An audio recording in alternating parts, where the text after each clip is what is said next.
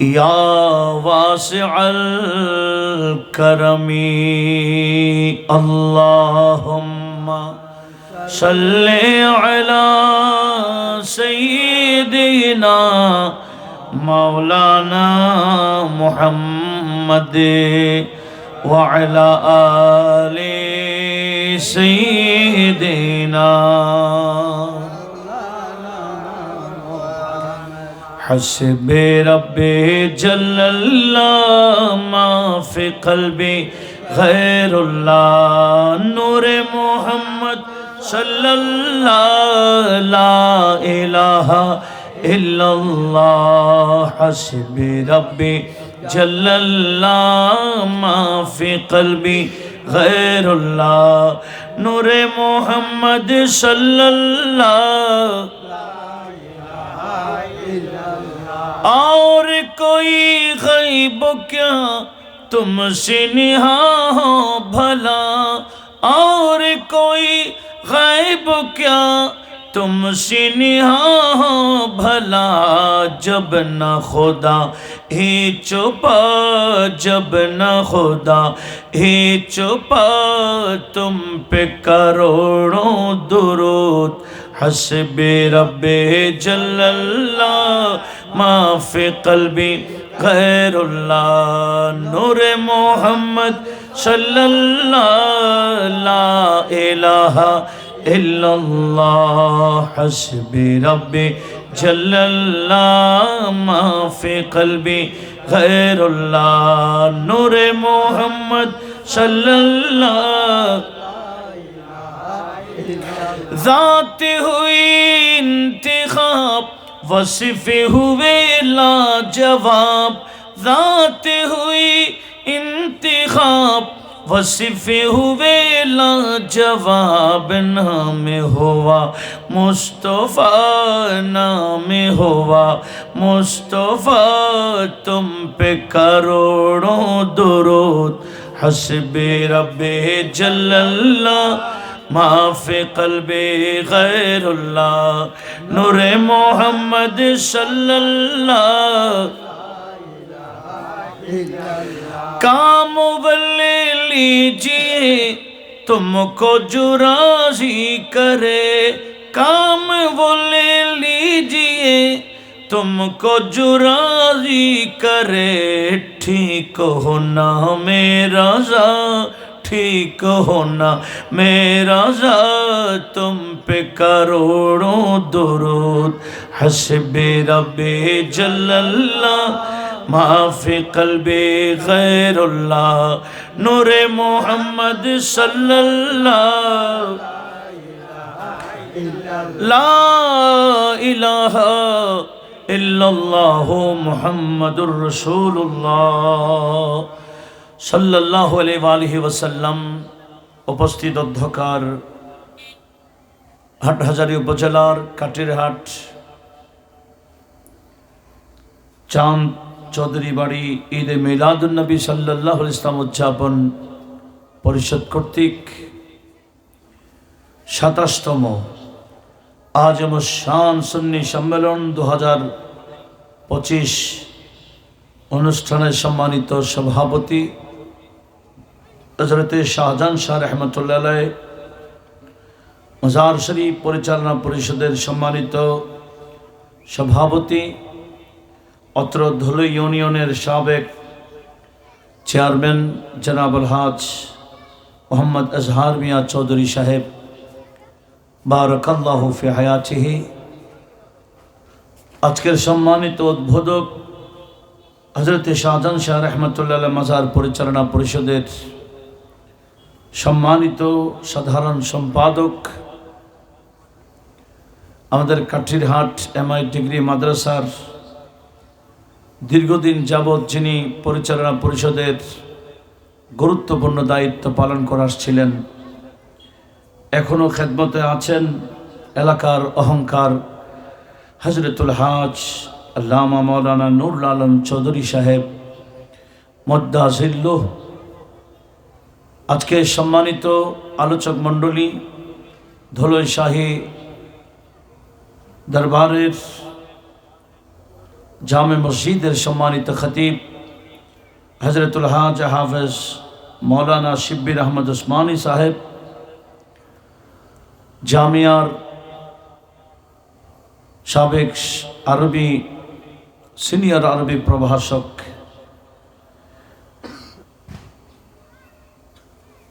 নোরানি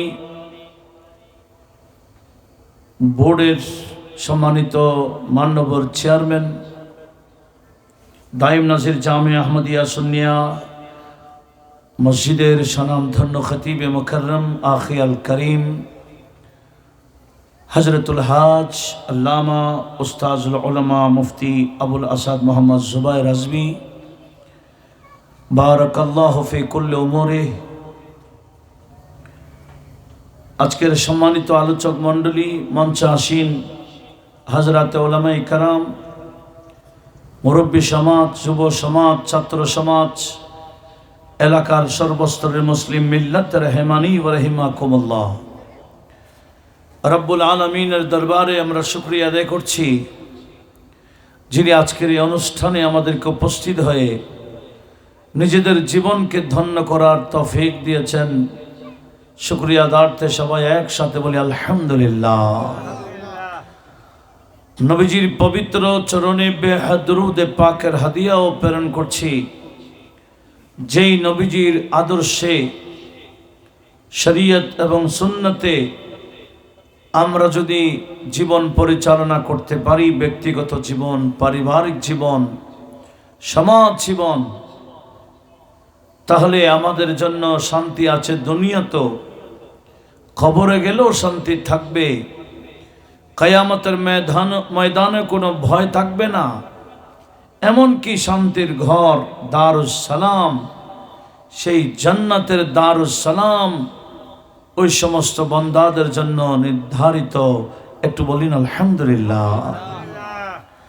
সম্মানিত হাজরিন, মানুষ এখন দিন ধর্ম থেকে অনেক দূরে।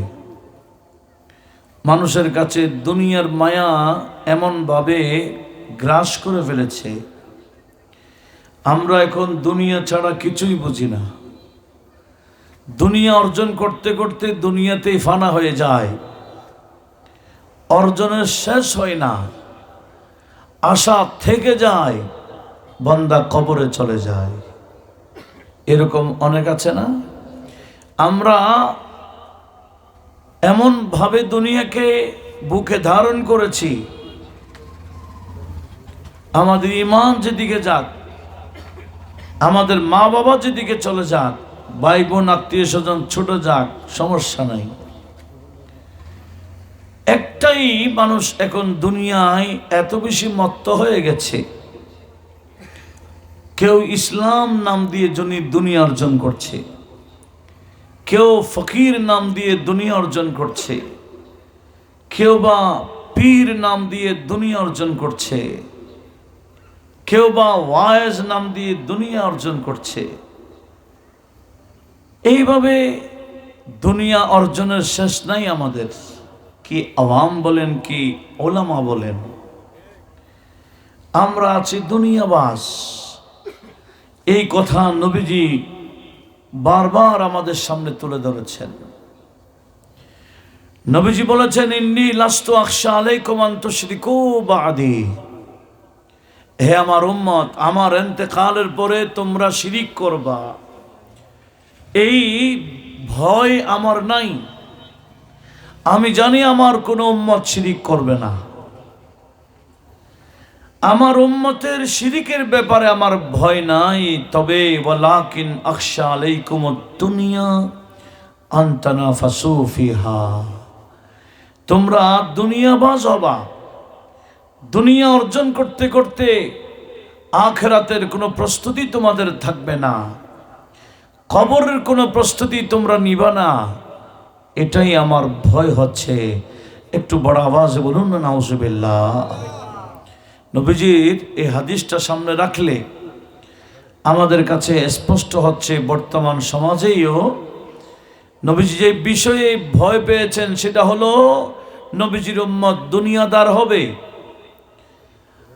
আমরা আল্লাহর ওলিদের জীবন যখন দেখি, দেখতে পাই ওলিউল্লাহদের সাথে দুনিয়ার কোনো সম্পর্ক নাই। এরা দুনিয়াতে ছিলেন, তবে দুনিয়া বিমুখ ছিলেন। এনারা আখিরাতমুখী ছিলেন।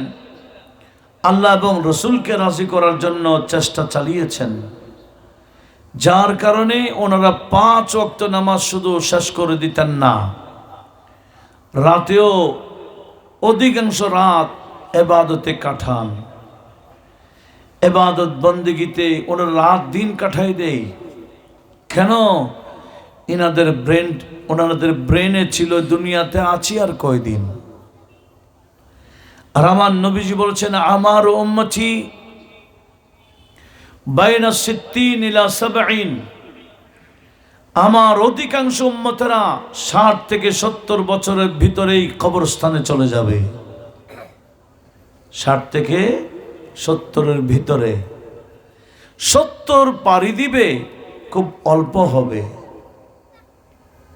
যাদের 60 বছর হয় নাই, হয়তো আর কয়দিন, বা 60 পাড়ি দিল 70 হইতে আর কয়দিন, সেদিন তো আর বেশি দিন নাই যে আমরা কবরবাসী হব। মানুষের কাছে কবরের চিন্তা থাকলে এই দিনই কাজ, সওয়াবের কাছে মানুষ দৌড়ে দৌড়ে আসতো। এখন মানুষ দৌড়ে দৌড়ে কোথায় যায়? দুনিয়া অর্জনের কাছে। মানুষ দুনিয়া অর্জনে দৌড়তে থাকে, অথচ আমার আল্লাহ বলেন, সারিউ ইলা মাগফিরাতিম মির রাব্বিকুম ওয়া জান্নাহ। আল্লাহ বললেন কি? সারিউ ইলা মাগফিরাতিন ওয়া জান্নাতিন আরদুহাস সামাওয়াতি ওয়াল আরদ। বান্দামার, তোমরা প্রতিযোগিতার মাধ্যমে আসো, দৌড়ে দৌড়ে আসো। কোথায় আসবা? যেখানে আসলে, যেখানে গেলে আমি আল্লাহ তোমাদেরকে ক্ষমা করে দিব এবং তোমাদের জন্য জান্নাত রেডি করব।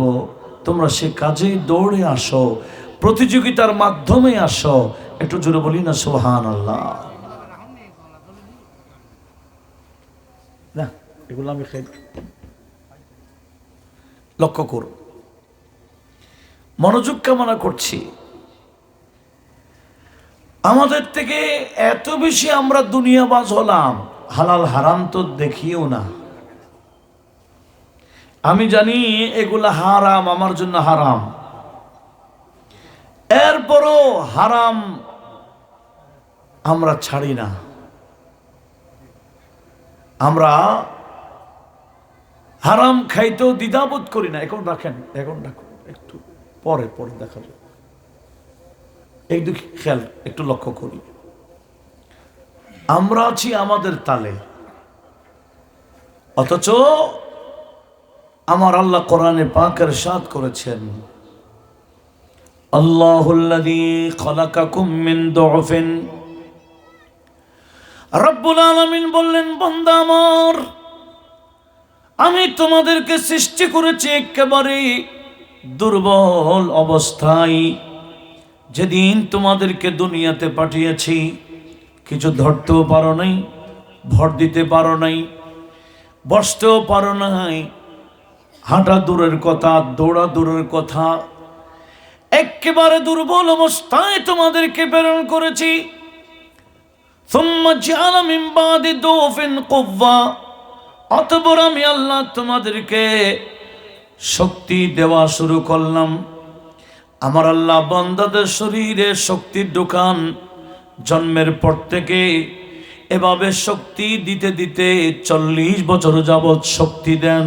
জোরে বলুন সুবহানাল্লাহ। আমাদের শরীরে ধীরে ধীরে শুধু শক্তি অ্যাড হতেই ছিল। কতদিন? 40 বছর। সুম্মা জাআলা মিন বাদি কুওয়াতিন দুফা ওয়া শায়বা। এরপরে রব্বুল আলামিন বললেন, 40 বছর পার হয়ে গেলে আমি আল্লাহ আমার এই বান্দার শরীর থেকে শক্তি নেওয়া শুরু করি। শক্তি নিতে নিতে এক পর্যায়ে বৃদ্ধ হয়ে যাই। এমন বৃদ্ধ হয়ে যায়, আরজলে ওমর হয়ে যায়। বিছানা থেকে উঠতে পারে না, নিজে খাইতেও পারে না, ওয়াশরুমও যাইতে পারে না। শক্তি যেতে যেতে বান্দা একেবারে শক্তিহীন হয়ে যায়। উচ্চ আওয়াজে বলি সুবহানাল্লাহ। এগুলো তো আমাদের সামনেই আমরা দেখি মানুষ। এখন আমরা দুনিয়া করতে যাই কখন? যখন আমাদের শক্তির ভাটা চলে। 40 বছর 50 বছর হলে মানুষ বিল্ডিং করতে যায়। 60 বছরে মানুষ টাকার পাহাড় করতে যায়, বিশাল জায়গা জমিনের মালিক হয়ে যায় কখন? 50-এর পরে। অথচ তখন চলে বান্দার হায়াতের কি ভাটা। শক্তি লেস হচ্ছে, তখন অ্যাড হচ্ছে না। 40 বছর পর্যন্ত অ্যাড হয়। তাহলে দেখেন, আমরা এগুলো আমাদের চোখের সামনে আমরা দেখি। আমাদের ঘরে যারা থাকেন এদেরকেও দেখি। অনেকের মা বাবাকে কাছ থেকে দেখেছেন দুর্বল হয়ে গেছে। এই দুর্বল হয়ে বিছানায় পড়ে আছেন, ওখান থেকে কবরস্থানে গেলেন। এই যে বিষয়টা আমরা দেখি, বিষয়টা আমার উপর আসবে, কিন্তু আমরা সেদিকে কোনো প্রস্তুতি নাই, আমরা সেদিকে কোনো খেয়াল করি না। তো যার কারণে দুনিয়া মজা লাগে, দুনিয়ার হারাম মজা লাগে, দুনিয়ার আরাম আয়েশ মজা লাগে। কেন? আখিরাতের কোনো চিন্তা আমাদের নেই। যারা আখিরাতের চিন্তা করে অবশ্যই ইনারা আখিরাতে যাওয়ার আগে আগে দুনিয়াতেই আখিরাতের বিষয়ে প্রস্তুতি গ্রহণ করে। একটু জোরে বলুন না সুবহানাল্লাহ। আল্লাহর গলিগণ, আমরা যখন ওনাদের জীবন খুলি, ওনাদের জীবনে দেখি ইনারা দুনিয়া থেকে অনেক দূরে। ওনারা চাইলে দুনিয়া অর্জন করতে পারতেন, কিন্তু দেখা যায় এখানে ওনারা দুনিয়া অর্জন করার সামর্থ্য ছিল ঠিক, কিন্তু না, ইনারা আল্লাহ এবং রসূলের রেজামন্দি অর্জন কিভাবে করা যায়, ইনারা সবসময় জনকল্যাণ কাজ, ধর্মীয় কাজ, দ্বীনি কাজে ওনাদের জীবনটাকে ওয়াকফ করে দেয়। একটু জোরে বলি না সুবহানাল্লাহ। আমরা তো ওলি ভক্ত মানুষ। এই ধুলোই মানি ওলিউল্লাহদের এলাকা। এই ধুলোই এলাকা সুন্নিয়তের ঘাঁটি, আল্লাহর ওলিদের প্রেমিক। আমরা এমনি নামে প্রেমিক হলে হবে না, আমাদেরকে বাস্তব প্রেমিক হওয়া চাই। তো আল্লাহর ওলিরা যেভাবে আমাদেরকে আদর্শ শিখিয়েছেন, সেভাবে কিভাবে? সেটা হচ্ছে আল্লাহর ওলিগণ সবসময় নবীজির আদর্শ মোতাবেক চলে। যারা আল্লাহর ওলি হয়, ইনারা আল্লাহ রসুলকে মোহব্বত করে করে ওলি হয়। একটু জোরে বলি না সুবহানাল্লাহ। নবীজির প্রেম ছাড়া, নবীজির প্রেম ছাড়া কেউ আল্লাহর ওলি হতে পারে না। আরেক সাহাবা আমার নবীজিকে বললেন, ইয়া রাসূলুল্লাহ ইন্নী উহিব্বুক, ইয়া রাসূলুল্লাহ আমি আপনাকে ভালোবাসি। তখন নবীজি বললেন, উযুর মা তাকুল, এ আমার উম্মত, তুমি আমাকে ভালোবাসো বললা, কি বললা? একটু দেখে শুনে বলো, ভালো করে চিন্তা গবেষণা করে বলো। ওই সাহাবা বললেন, ওয়াল্লাহি ইন্নী লা উহিব্বুকা ইয়া রাসূলুল্লাহ, হুজুর আমি দেখে শুনে বললাম, আল্লাহর শপথ করে বলছি, অবশ্যই অবশ্যই অবশ্যই আমি আপনি নবীকে ভালোবাসি। জোরে বলুন সুবহানাল্লাহ। তো নবীজি বললেন, তুমি আমাকে ভালোবাসো এটা বড় কথা না, আমার ভালোবাসা পাবে কিনা সেটা দেখতে হবে। আর আমি নবীর ভালোবাসা যদি পেতে চাও, ইস্তাঈদ লিল ফাকর, তুমি ফকির হওয়ার জন্য, দরিদ্র হওয়ার জন্য প্রস্তুতি নাও। আমরা কেউ কি ফকির হওয়ার থেকে আমরা কি দরিদ্র হওয়ার জন্য কি কেউ রেডি হব? আমরা শুধু রেডি হই ধনী হওয়ার জন্য। নবীজি বলেন, আমার ভালোবাসা সহজে পেতে চাইলে ফাকারতকে গ্রহণ করো, ফকির হও। ফকিরি অবস্থায় নবীজির ভালোবাসা সহজেই মিলে। একটু জোরে বলি না সুবহানাল্লাহ। আল্লাহর ওলিদের অধিকাংশ ওলিরা ফকির। আমরা ফকির মনে করি রুড়ে রুড়ে যারা ভিক্ষা মনে, এদের নাম ভিক্ষুক, এদের নাম ফকির না। এটার নাম কি? ভিক্ষুক আর ফকিরের মধ্যে বেশ কম আছে। ফকির এটা আল্লাহর বান্দাদের মধ্যে, মাহবুব বান্দাদের মধ্যে অন্যতম। ফকিরের দাম অনেক বেশি আল্লাহর দরবারে। কেমন? কোন ফকির? মানুষের ভিক্ষা করে যেরকম ফকির না, যেই ফকিরের ভিতরে মাওলা আলী শের খোদার ভেলায়েতের সুগন্ধি রয়েছে। একটু বলুন না সুবহানাল্লাহ। আল্লামা ইকবাল বলেছেন, দারো সিকান্দর সে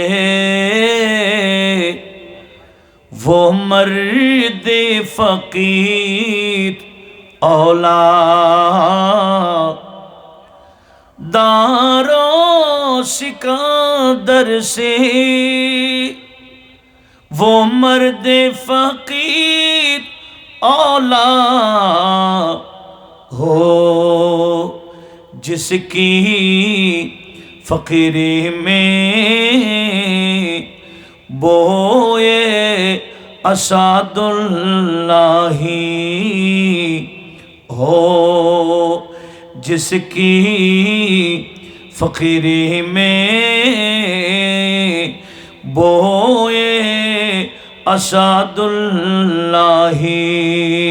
सलातुनिया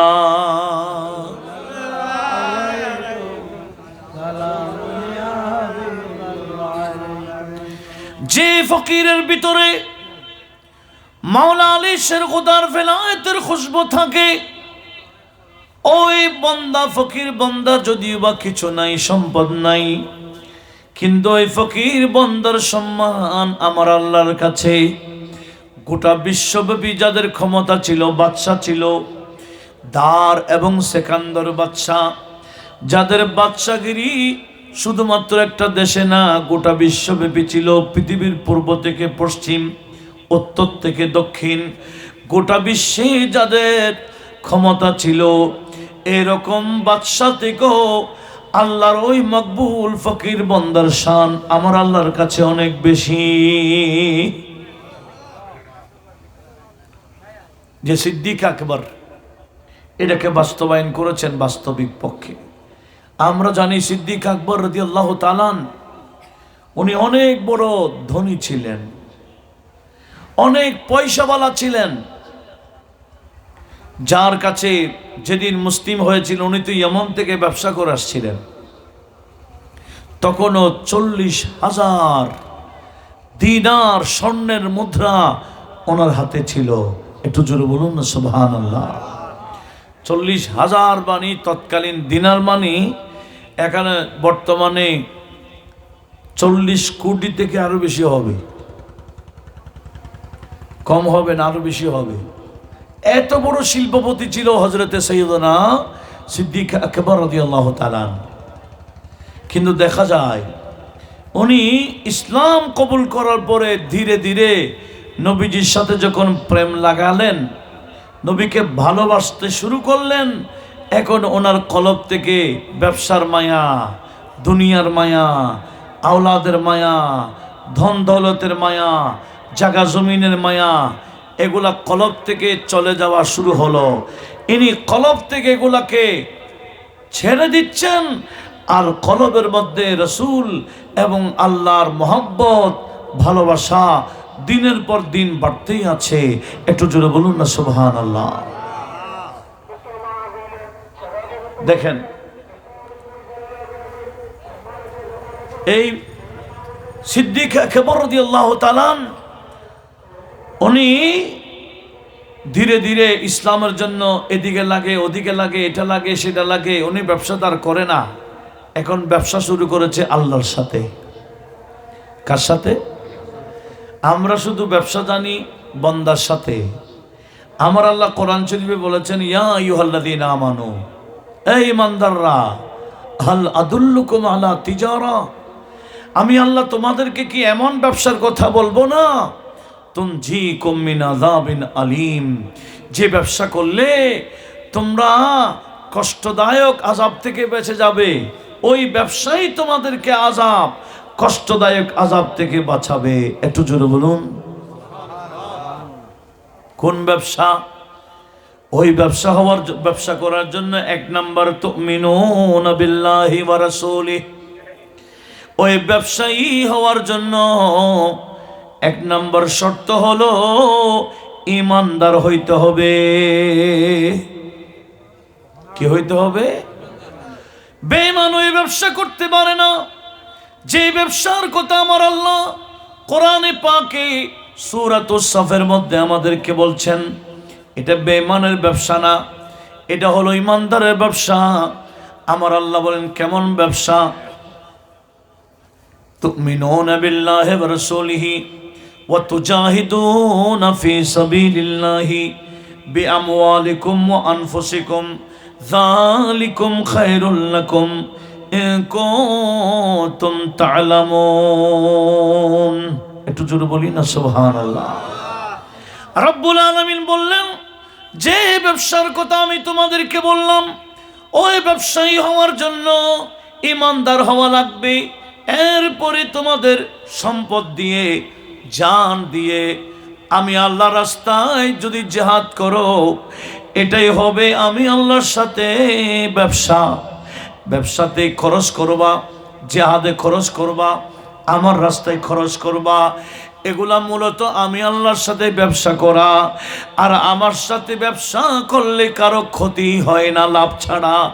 লাভ তো লাভ, ব্যাপক লাভ হবে, কত লাভ, এগুলা কিয়ামতের ময়দানে দেখা যাবে। জোরে বলুন সুবহানাল্লাহ। আল্লাহর ওলিগণ ব্যবসা করে কার সাথে? আল্লাহর সাথে।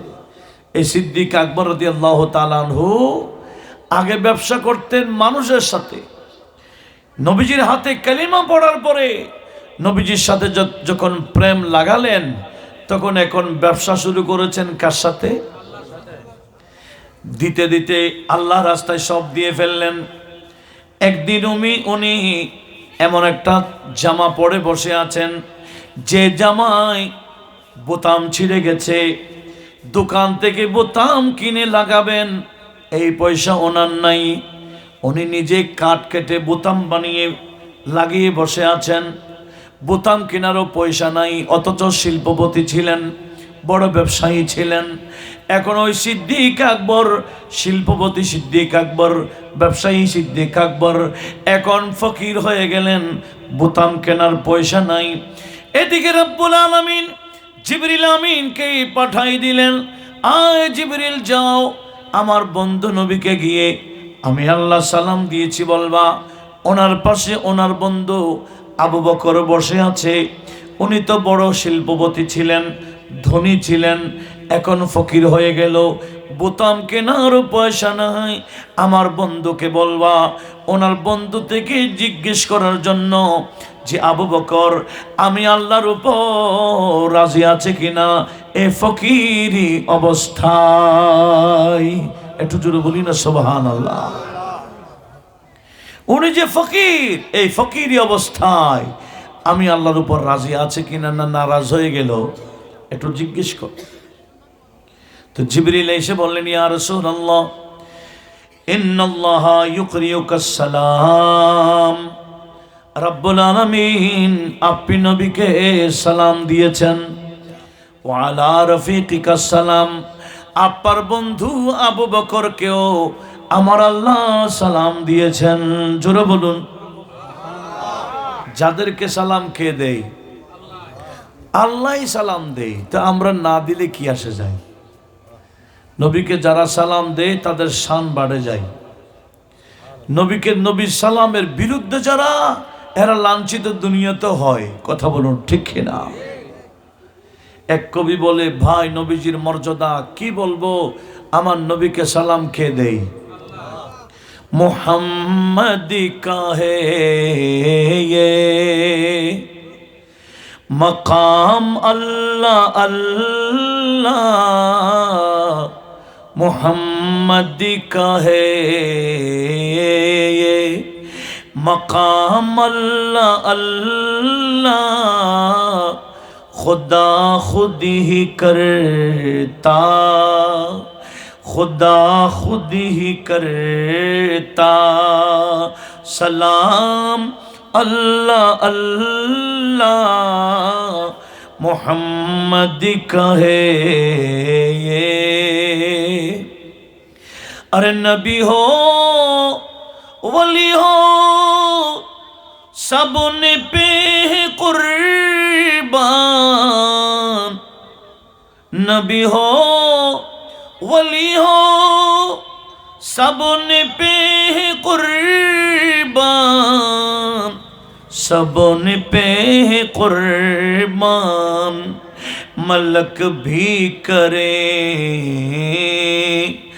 मलक भी करे एहतराम अल्लाह अल्लाह खुदा खुद ही करता सलाम अल्लाह अल्लाह मोहम्मद का है ये सलातुनिया।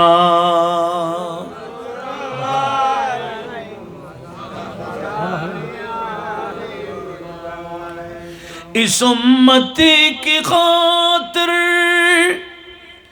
शब रोज रोना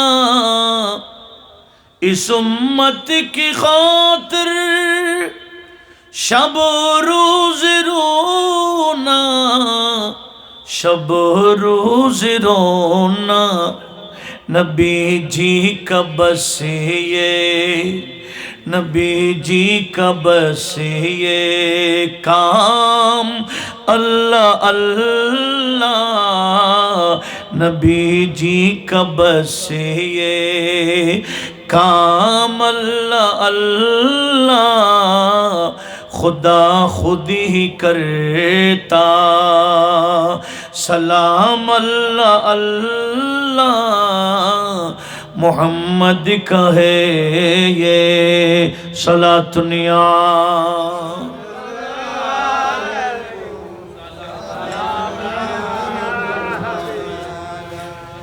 जिब्रील आमीन আল্লাহ পাকের দরবার থেকে পেগাম আনলেন আর বললেন, ইয়া রাসূলুল্লাহ রব্বুল আলামিন আপনি নবীকে সালাম দিয়েছেন, আপনার পাশে আপনার বন্ধু বসে আছে, এই আবু বকরকে আমার আল্লাহ সালাম দিয়েছেন।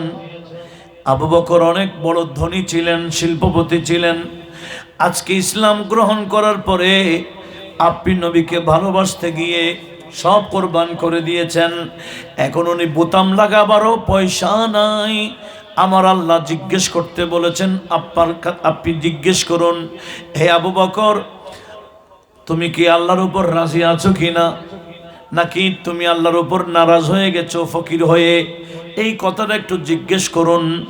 তখন আমার নবীজি সিদ্দিক আকবরকে ডাক দিয়ে বলেন, ইয়া আবু বকর, হে আবু বকর ইন্নাল্লাহ ইউকরিউকাস সালাম, রব্বুল আলামিন তোমাকে সালাম দিয়েছেন এবং তোমার থেকে জিজ্ঞেস করতে বলেছেন, আতাসখাতু আলা রাব্বিক, তুমি কি তোমার রবের উপর নারাজ?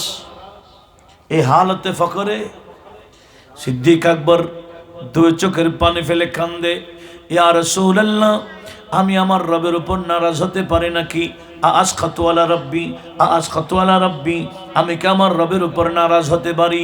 নয় নয়, রাদিতু আলা রাব্বি রাদিতু আলা রাব্বি বলে বলে কান্দে। এভাবে রাদিতু রাব্বি আলা রাব্বি কান্দে। আর এদিকে আমার আল্লাহ জিবরিল আমিনকে আবার পাঠাইলেন, আয় জিবরিল যাও, যিনি ফকির হয়েও আমি আল্লাহর উপর রাজি বলছি, ঠিক আছে কোরআন শরীফের আয়াত নিয়ে যাও। সূরাতুল লাইলের একেবারে লাস্ট আয়াত, যেখানে আমার আল্লাহ বলেন ওয়ালা সফা ইয়ারদা। একটু জোরে বলুন না সুবহানাল্লাহ। যে আবু বকর সব কিছু ঝাড় করে দিয়ে আমি আল্লাহর উপর রাজি বলছে, ওই আবু বকরকে একদিন রাজি করা হবে। রাজি কে করবেন? সিদ্দিক আকবরকে রাজি কেমনে করবেন? আমার নবীজি বলেন ইদা কানা ইয়াউমুল কিয়ামা, যেদিন কিয়ামত কায়েম হবে, জান্নাত থেকে রিদওয়ান আসবে, জাহান্নামের খাজেন মালিক আসবে, জান্নাতের চাবিও আনবেন, জাহান্নামের চাবি এনে আমার আল্লাহর পাকের পক্ষ থেকে সেদিনও বলবেন ইয়া আবু বকর ইন্নাল্লাহা ইউকরিউকা সালাম। এ আবু বকর, আজ কিয়ামতের দিনও রব্বুল আলামিন আপনাকে সালাম দিয়েছেন। এমনকি এগুলা জান্নাতের চাবি, এগুলা জাহান্নামের চাবি, আপনি হাতে নেন, যাকে ইচ্ছা তাকে এই কিয়ামতের ময়দান থেকে বেছে বেছে জান্নাতে পাঠান। ইবআস মান শিতা ইলাল জান্নাহ, ইবআস মান শিতা ইলান নার। আপনি যাকে ইচ্ছা তাকে জান্নাতে ঢুকাইতে পারবেন। আমার আল্লাহ আজকে আপনাকে সে ক্ষমতা দিয়েছেন আপনাকে রাজি করার জন্য। সেদিন সিদ্দিক আকবর রাদিয়াল্লাহু তাআলা নবীজির অগণিত উম্মতকে সুপারিশের মাধ্যমে জান্নাতে দিবেন। নবীজির উম্মত জান্নাতে যাবে, সিদ্দিক আকবর রাজি হবেন। এটাই হলো, দেখেন সিদ্দিক আকবর এত বড় শিল্পপতি আজকে এই মাকাম পেলেন কেন? অন্য কোনো কারণ নয়, নবীজির জন্য সব কিছু কোরবান করে দিয়ে, জান কোরবান, মাল কোরবান, আওলাদ কোরবান, সব কিছু কোরবান করে দিয়ে সিদ্দিক আকবর নবীজির কি হয়ে গেলেন? এত বেশি আশিক হয়ে এত সম্মানিত হলেন, নবীজির পরপর এখন সিদ্দিক আকবরের স্থান। একটু জোরে বলুন। কিন্তু অনেকে বেশি বুঝতে গিয়ে বলে না, নবীজির পরপর হযরত আলীর স্থান। এগুলা এক ফেরকা আছে, এগুলার নাম কি? শিয়া সম্প্রদায়। আমাদের দেশে অনেকে না বুঝে শিয়া হয়ে বসে আছে, এগুলা জ্ঞান না থাকার কারণে। আল্লাহ সবাইকে হেফাজত করুক, আমিন বলেন। আকাইদা আহলে সুন্নাত ওয়াল জামাতের উপরে স্টাডি দরকার। প্রত্যেকটা তরিকতপন্থী আহলে সুন্নাত ওয়াল জামাতের আকীদা স্টাডি করুন, যাতে কোনো বাতিল আমাদের ঘরে না ঢোকে। কথা বলুন ঠিক কিনা? অতীব প্রয়োজন। তো কি বলতে চেয়েছিলাম, যে সিদ্দিক আকবর রাদিয়াল্লাহু তাআলা আনহুর এই মাকাম থেকে অন্য কোনো কারণ না, একটাই কারণ, ফেদায়ে মুস্তাফা। উনি নবীজির জন্য কোরবান হয়েছেন। তো নবীজির জন্য কোরবান হলে এভাবে হয়। তো আলা হযরত বললেন, আমি যখন কবরে যাব, মুনকির নকির আসবে, আমাকে প্রশ্ন করবে, আমার এত টেনশন লাগে না। কেন? বলে মুনকির নকির উল্টা আমাকে সম্মান করবে, আমি আমার জীবনটা নবীর জন্য কোরবান করেছি বিদায়। আলা হযরত বলেন, আমি একটা মুহূর্ত বেকার কাটাই নাই, নবীজির জন্য কাটিয়েছি। আমি নবীজির শানে কলম ধরেছি, রাত দিন আমি নবীর পক্ষে লিখতেই ছিলাম। যার কারণে নবীজির জন্য এভাবে কোরবান হয়ে যাওয়ার কারণে আমি আহমদ রাজা কবরে গেলেও মুনকির নকির আমাকে সম্মান করবে। नकीरैन करते हैं ताज़ीम मेरी, नकीरैन करते हैं ताज़ीम मेरी, फिदा हो के तो जी पर ये इज्जत मिली है, फिदा हो के तो जी पर ये इज्जत मिली है। नकीरन करते हैं ताज़ीम मेरी, नकीरन करते हैं ताज़ीम मेरी, फिदा हो कि तुझी पर ये इज्जत मिली है, फिदा हो कि तुझी पर ये इज्जत मिली है। सलातुनिया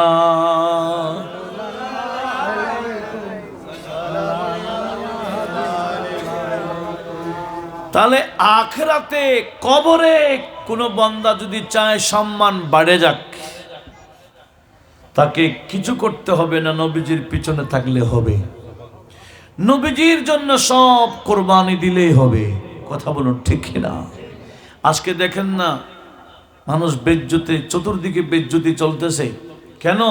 নবীর শানে বেয়াদবি করে বিদায়। যারা নবীর শানে বেয়াদবি করবে, এদের জীবনটা দুনিয়ার জীবন ও লানতি জীবন, কবরের জীবন অভিশাপের জীবন, আখিরাত লানতি জীবন ছাড়া তার স্থায়ী লানত চলবে, অভিশাপ চলবে। নবীর শানে যারা বেয়াদবি করে, এটা তো আমরা দেখতে আছি। কথা বলুন ঠিক কিনা? যারা নবীর শানে বেয়াদবি করে, এদেরকে লাঞ্ছনা কে করেন? আমাদেরকে গিয়ে লাঞ্ছনা করতে হয় না, এরা নিজেরা লাঞ্ছিত হয়ে যায়। এটার নাম হলো লানত। সেজন্য আমাদেরকে বুঝতে হবে, সবসময় আমরা নবীজির পক্ষে থাকতে হবে। যেভাবে সাহাবায়ে কেরাম নবীজির জন্য গোটা জান পর্যন্ত কোরবান করে দিতেন, কোনো ধরনের চিন্তা করতেন না। সেজন্য যাদের আখিরাতের চিন্তা থাকবে, আমাকে এখানে বলা হয়েছে নামাজ রোজার গুরুত্বের উপর আলোচনা করতে। এগুলা গুরুত্ব কারা বুঝবে? নামাজের গুরুত্ব, দ্বীনের গুরুত্ব ওরাই বুঝবে যারা কবরের স্মরণ রাখে। কবরের স্মরণ না থাকলে হাজারো মাহফিলে আসেন, আসবে না। মসজিদে আসেন, মসজিদে আসেন না, আর আসবে না। হ্যাঁ, আমার কাছে কখন যে মালাকুল মউত এসে যায় আমরা জানি না, আমি জানি না। এই কিছুদিন আগে হুজুর একটা দেখছেন না, ওয়াজ করতেছে, 5 মিনিটও করেনি, পড়ে গেছে। দেখেন নি আপনারা? কি গাইবান্ধার ওদিকে কোন দিকে 5 মিনিটও করে নাই, এখানে মারা গেছে। আমাদের জামিয়া আহমদিয়া সুমিয়ার একসময় ছাত্র ছিল, নাজিরপাড়াই বাড়ি, আফেজার 7। এই গত জুমার আগের জুমার কথা বলছি। উনি গোটা দিনে 3টা জানাজাও পড়েছেন। আসরের নামাজে উনি সুন্নত পড়েছেন, জামাত পড়াইবার জন্য এদিকে একটা ইবাদতখানায় আর কি সামনে যাচ্ছেন, জামাত শুরু করবেন, এই মুহূর্তে উনি স্ট্রোক করে মারা গেলেন। তো কি অবস্থা মানুষের হায়াতের, কতটুকু হায়াত! আমরা আসলে এই দুনিয়ায়, সামান্য দুনিয়ার জন্য কতই কিছু একজনকে মারি ফেলতেছে, গুলি করে দিচ্ছে। গুলি করাটা কোনো ব্যাপার না, জবে করে দেওয়া কোনো ব্যাপার না। কেন? সে মনে করেছে দুনিয়াটা তার জন্য স্থায়ী। দুনিয়া কি কারোর জন্য স্থায়ী? আখিরাত হলো স্থায়ী। ওয়াল আখিরাতু খায়রুন ওয়া আবকা। আখিরাত হলো শ্রেষ্ঠ, উত্তম এবং স্থায়ী। আর এই দুনিয়া হচ্ছে ফানা, ধ্বংস হয়ে যাবে। এই দুনিয়ায় কেউ স্থায়ী থাকতে পারবে না, যতই কোটি টাকার মালিক হোক। টাকা দিয়ে মানুষ এই হায়াত বাড়াইতে পারে না। সেই জন্য আমরা দেখেন আজকাল মসজিদে বলেন, দ্বীনি কাজে বলেন, মানুষ এদিকে আসবে না। এখানে যদি কোনো গান বাজনার অনুষ্ঠান হইতো, তখন মাশাআল্লাহ আমাদের শাকুর হুজুর আসছে। গান বাজনার অনুষ্ঠান হলে তখন ডাকতে হইতো না, সেখানে ঠেলাঠেলি চলতো। এটা কি অবাস্তব না বাস্তব? মানুষ যে কাজে গেলে গুনাহমাপ হয়, সে কাজে আসবে না। মানুষ গুনাহের কাজে দাবিত। কেন? আমরা কলবটাকে মেরে ফেলেছি। এই কলব মরে যাওয়ার কারণে ভালো কাজগুলো ভালো লাগে না। যাদের কলব জিন্দা, এদের কাছে এগুলো ভালো লাগে, নামাজ কালাম ভালো লাগে, ইবাদত বন্দিগি ভালো লাগে, নাতে রসুল ভালো লাগে, কালাম ভালো লাগে, এভাবে কোরআন সুন্নাহ ভালো লাগে, জিকির আজকার ভালো লাগে। কলব মরে গেলে এগুলা একটাও ভালো লাগবে না, বরঞ্চ তাদের কাছে কলব যাদের মরে গেছে, এদের কাছে সব সময় ওই কাজ ভালো লাগবে যে কাজগুলো গুনাহের কাজ। উচ্চ আওয়াজে বলুন নাউজুবিল্লাহ। আমরা নিজেরাই একটু চিন্তা করি না আমাদের কলম কতটুকু জিন্দা কতটুকু মুর্দা। আমি যদি দেখতেছি আমার ভালো লাগতেছে, ভালো কাজের মধ্যে আমি মজা পাচ্ছি, হ্যাঁ, তখন বুঝতে হবে কলম এখনো জিন্দা আছে। আর যখন ভালো কাজে আমার কোনো অনুভূতি হয় না, আমার কাছে ধুমধারাক্কা বেহায়াপনা এগুলাই ভালো লাগে, তাহলে বুঝতে হবে আমার কলম শেষ। ইদা সালুহাল জাসাদু কুল্লুহু ওয়া ইদা ফাসাদাল জাসাদু কুল্লুহু। নবীজি বলেছেন ওই কলব শেষ, সব শেষ। ওই কলব ঠিক, সব ঠিক। একটু জোরে বলুন না সুবহানাল্লাহ। বর্তমান অধিকাংশ মুসলমানদের কলম মরা। তৎকালীন আল্লাহর ওলিদের সোহবতে যেত মানুষ, খানাকায় যেত কলম মরা কলব জিন্দা করার জন্য।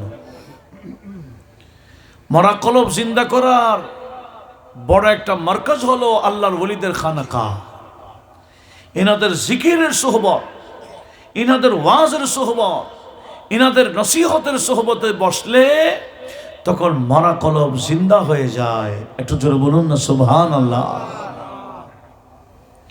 মরা কলব জিন্দা করার অনেক অনুষ্ঠান আছে, নাতখানি অনুষ্ঠান, মেজবান্ডার তরিকার মধ্যে শ্যামা অনুষ্ঠান আছে। এটাও কলব মরা কলব জিন্দা করার অনুষ্ঠান। কি শ্যামা? তবে এটা শ্যামা হইতে হবে। এখন তো আমরা শ্যামা করি না, আমরা তো গান বাজনা করে ফেলি। শ্যামা হওয়ার জন্য যে শারায়েত মেজবান্ডার দরবার শরীফ থেকে দেওয়া হয়েছে, আমরা তো এগুলো মানি না, যেমন তেমন করে ফেলি। তো এগুলো যেমন তেমন করলে কলম মরে যায়, আর বাস্তব শ্যামা করলে কলম জিন্দা হয়। একটু জোরে বলুন না সুবহানাল্লাহ। দুটোটা বিপরীত বিষয়। যদি শারায়েত অনুযায়ী আমরা না করি তাহলে কলম মরে যাবে, এটা মনে রাখতে হবে। আর বাসরা যদি করি, শারায়েত অনুযায়ী যদি করি, এগুলো হচ্ছে রুহের খোরাক। একটু জোরে বলি না সুবহানাল্লাহ। আল্লাহর ওলিরা এই শ্যামার মাধ্যমে অনেক মাকাম মঞ্জিল তাইর করতেন, হাসিল করতেন, ওনাদের রুহের খোরাক হতো। আজকে এগুলাকে ভতবাজি বানায় ফেললো, গান বাজনায় পরিণত করে ফেললো, এগুলাকে এমনি সাধারণ গান বাজনার অনুষ্ঠানের মতো করে ফেলছে। কারা করছি? আমরাই করছি। আমরাই এগুলো নিজেরা শেষ করে দিচ্ছি এগুলাকে। আসুন, অনেক দিন ভুলেছিলাম। ভুল মানুষ করবে ঠিক, ভুলের মধ্যে থেকে যাওয়া এটা শয়তানের খাসলত। ভুল থেকে নিজেকে শুধরাইতে হবে, ভুল থেকে নিজেকে বাঁচাইতে হবে। সবসময় ভুল, আমরা যে ভুলের মধ্যে ছিলাম সেখান থেকে আমাদেরকে সবসময় এগুলো চিহ্নিত করে করে ভুল থেকে ফিরে আসার নাম হলো ইমানদারের কাজ। একটু জোরে বলি না সুবহানাল্লাহ। আল্লাহ আমাদের সবাইকে এই বিষয়ে একটু এগিয়ে আসার তৌফিক দান করো। সালাতুন ইয়া রাসূলুল্লাহ আলাইকুম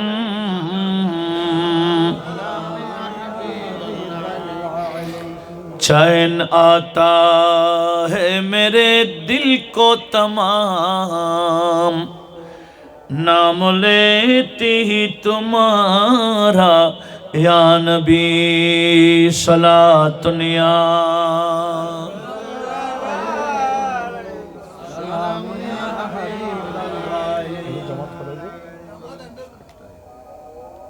জামাত ইনশাআল্লাহ আমরা এখানে পড়ব।